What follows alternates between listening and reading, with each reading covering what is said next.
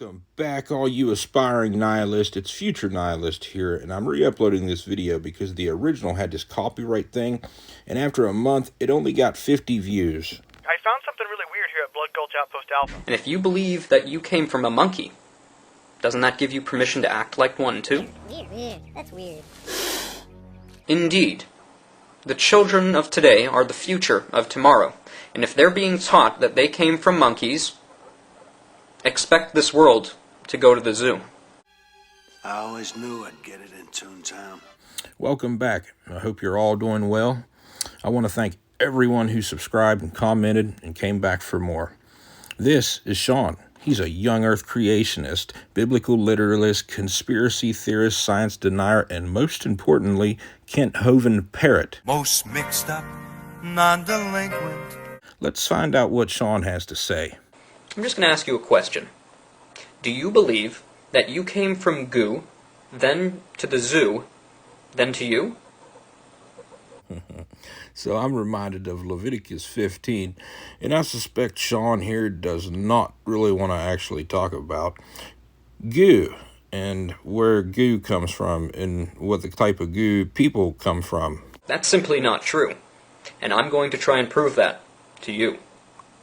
It's a little-known fact that what you believe determines how you act.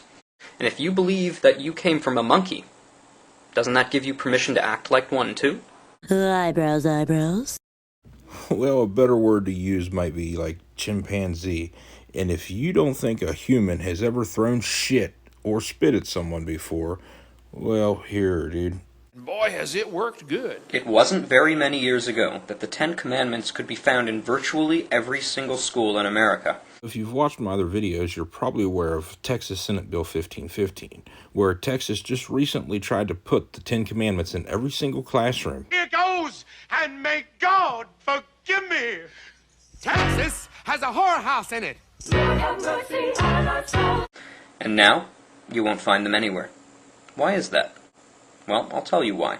It's because people do not want to be held accountable to their creator, and they'd rather believe that they came from monkeys and can act like animals. That don't make no sense. And that's why you have kids shooting up their schools, and you have kids doing drugs, and the whole society is falling apart because everyone believes that they came from monkeys, which came from earthworms, which came from slime. Some people believe that Charlie Darwin started the theory of evolution. Actually, it was Satan in the Garden of Eden. Satan was there that day and said, wow, here's my chance. So the devil said, I think I'm going to tell everybody they lived millions of years ago. And if they believe it, it'll make them doubt the Bible. You're being a little over dramatic. It's not that. I gotta go. Everything's in place. I'll drop the paperwork. Good, great. And boy, has it worked good. The serpent came to the woman and said, For God knows that when you eat of it, the forbidden tree, that your eyes will be opened and you will be like God. It was Satan who wanted to be God, but since he couldn't have the job, he offered the job to Eve. He was in no authority or position to offer the job, but Now, the thousands of mistakes I've made in my previous efforts seem laughably obvious. Satan's a liar, so Satan told Eve that she could be like God. And that's what people believe today. They believe they started as an earthworm, and that earthworm, or, the first single-celled organism, evolved into a fish or some amoeba or something, and that turned into monkeys eventually, and that turned into humans, and we're evolving and getting stronger and bigger and better. And it's Satanism. Evolutionists have the severe misfortune of believing that they are related to every other form of life on the planet. And genetics, even 14 years ago, showed this is to be true. So, we're going to do a little mental exercise and see if you can figure this out.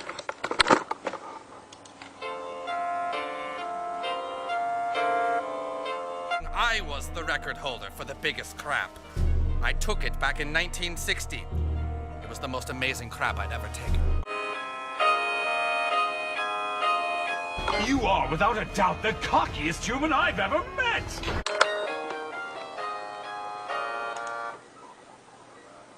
Look how happy this pathetic chimp is with himself. He really thinks he did a good job. Good job. Really good job. Because evolution is a lie, they need to back it up with likewise lies. I need you to end this now. Adolf Hitler once said, "Let me control the textbooks and I will control the state." Hey, Hitler, what's the matter, little guy? I really don't get why young Earth creationists love talking about their hero Roman Catholic guy so much. Alright, let's get a bit more technical. I'm now reading from a textbook. And it says, many organisms retain traces of their evolutionary history. For example, the whale retains pelvic and leg bones as useless vestiges. You can see those, the pelvis and the femur.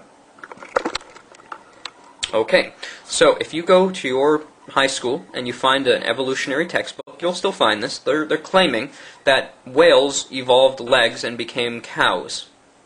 This is good judgment based on all the data available. That's the stupidest thing I've ever heard, but let's take this a little further. Those bones, the pelvis and the femur, are actually part of their sexual organs. And he obviously doesn't know what an organ is. So I came across the video just today of Kent Hovind using that same photograph. Let's find out what Kent says. Using the word we see. No, you do not see. You imagine, because you place them in some kind of order that you believe happened.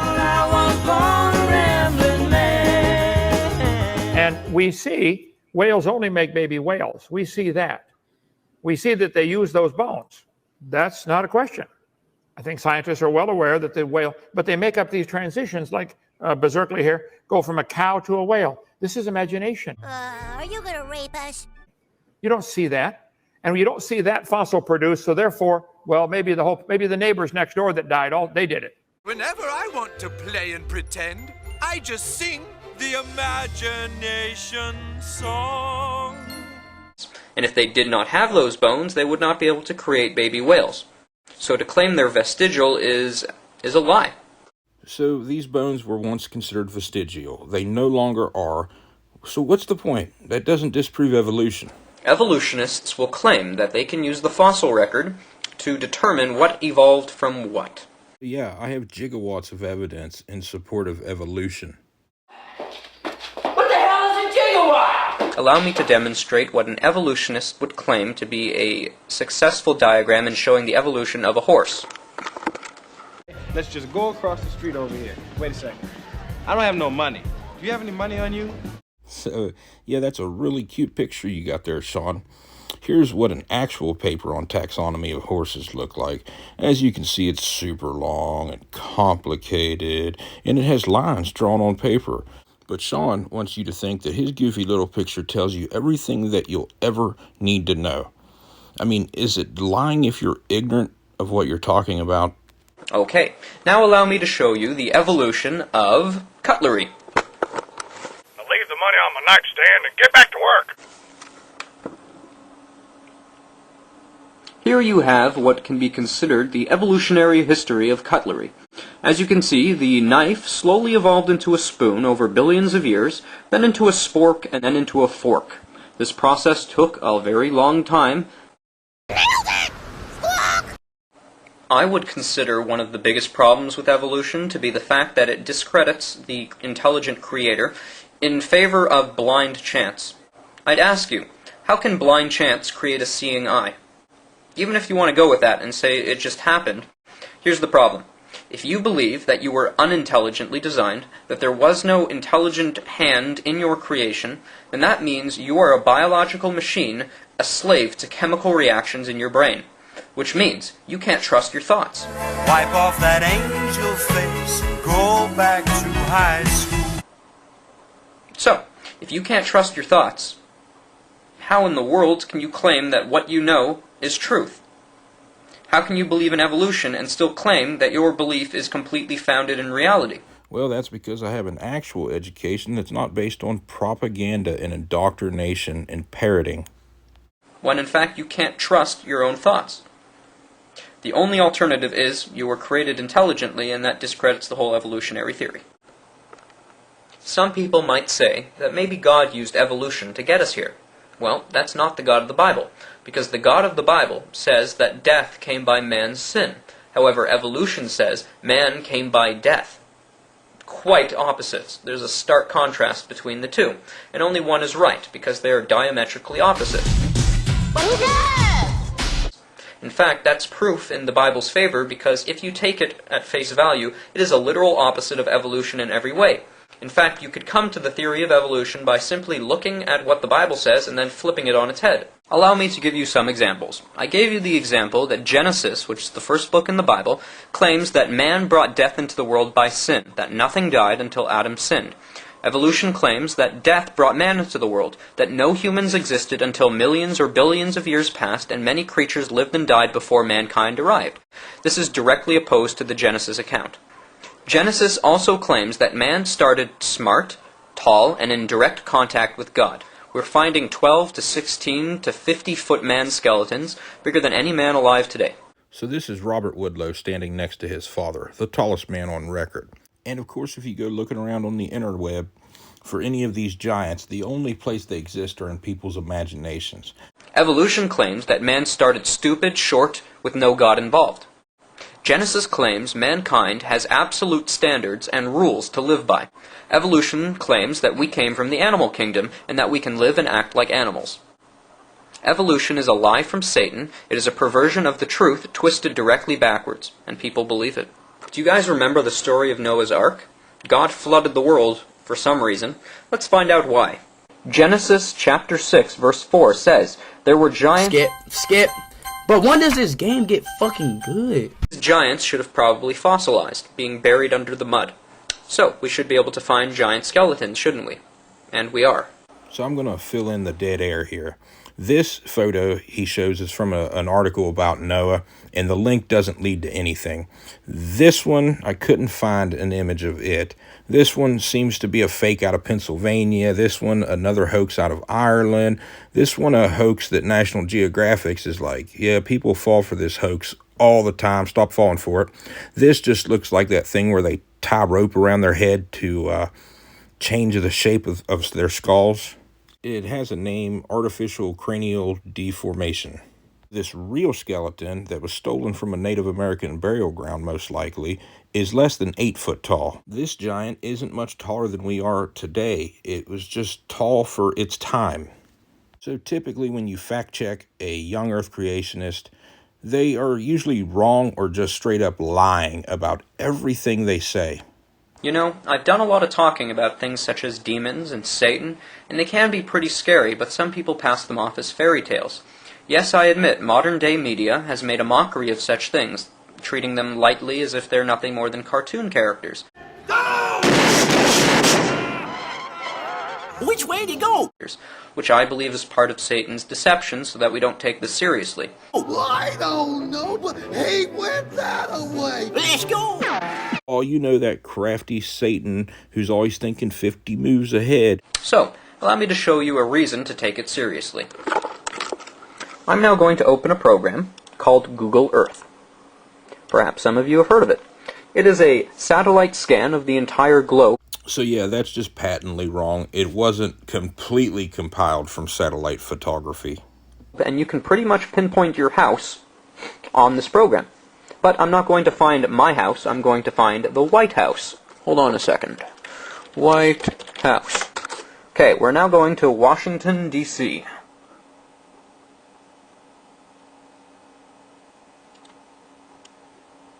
Okay, so it says White House right over there. You see it? If you want me to zoom in more so you can see it quite clearly, you know I'm not lying to you. That is the White House, okay? So, tell me if you notice anything. Do you see it?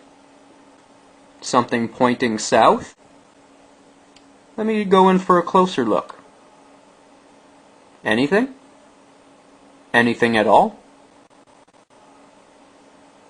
So you can either be an ignorant conspiracy theorist or go back and look at the history about how this place was developed. So way back in 1790, they knew D.C. would grow into a major metropolitan area. Unfortunately, they didn't know that it would be the way it is today. That's why it sucks to drive around D.C. But at one time, the layout was a pretty good idea. There was no richer or poorer part of town. You know, they didn't build the White House on top of the hill. Instead, they put the Capitol on the highest place. So, you know, there's a lot to it. And it's not Satan's doorway. Now, if that doesn't concern you, if you've just passed that off as a small coincidence, tell me, How is it the most important building in the entire world is at the bottom of a giant Satan pentagram? The God of the Bible says that Satan is the ruler of this world. So, it is no small coincidence that the world's governmental superpower, the United States of America, has its headquarters at the world's largest Satan pentagram. Indeed, the children of today are the future of tomorrow. Won't somebody please think of the children? And if they're being taught that they came from monkeys, expect this world to go to the zoo. Thank you, everyone, for watching. And this is for that one asshole out there who said I don't know how to play a guitar.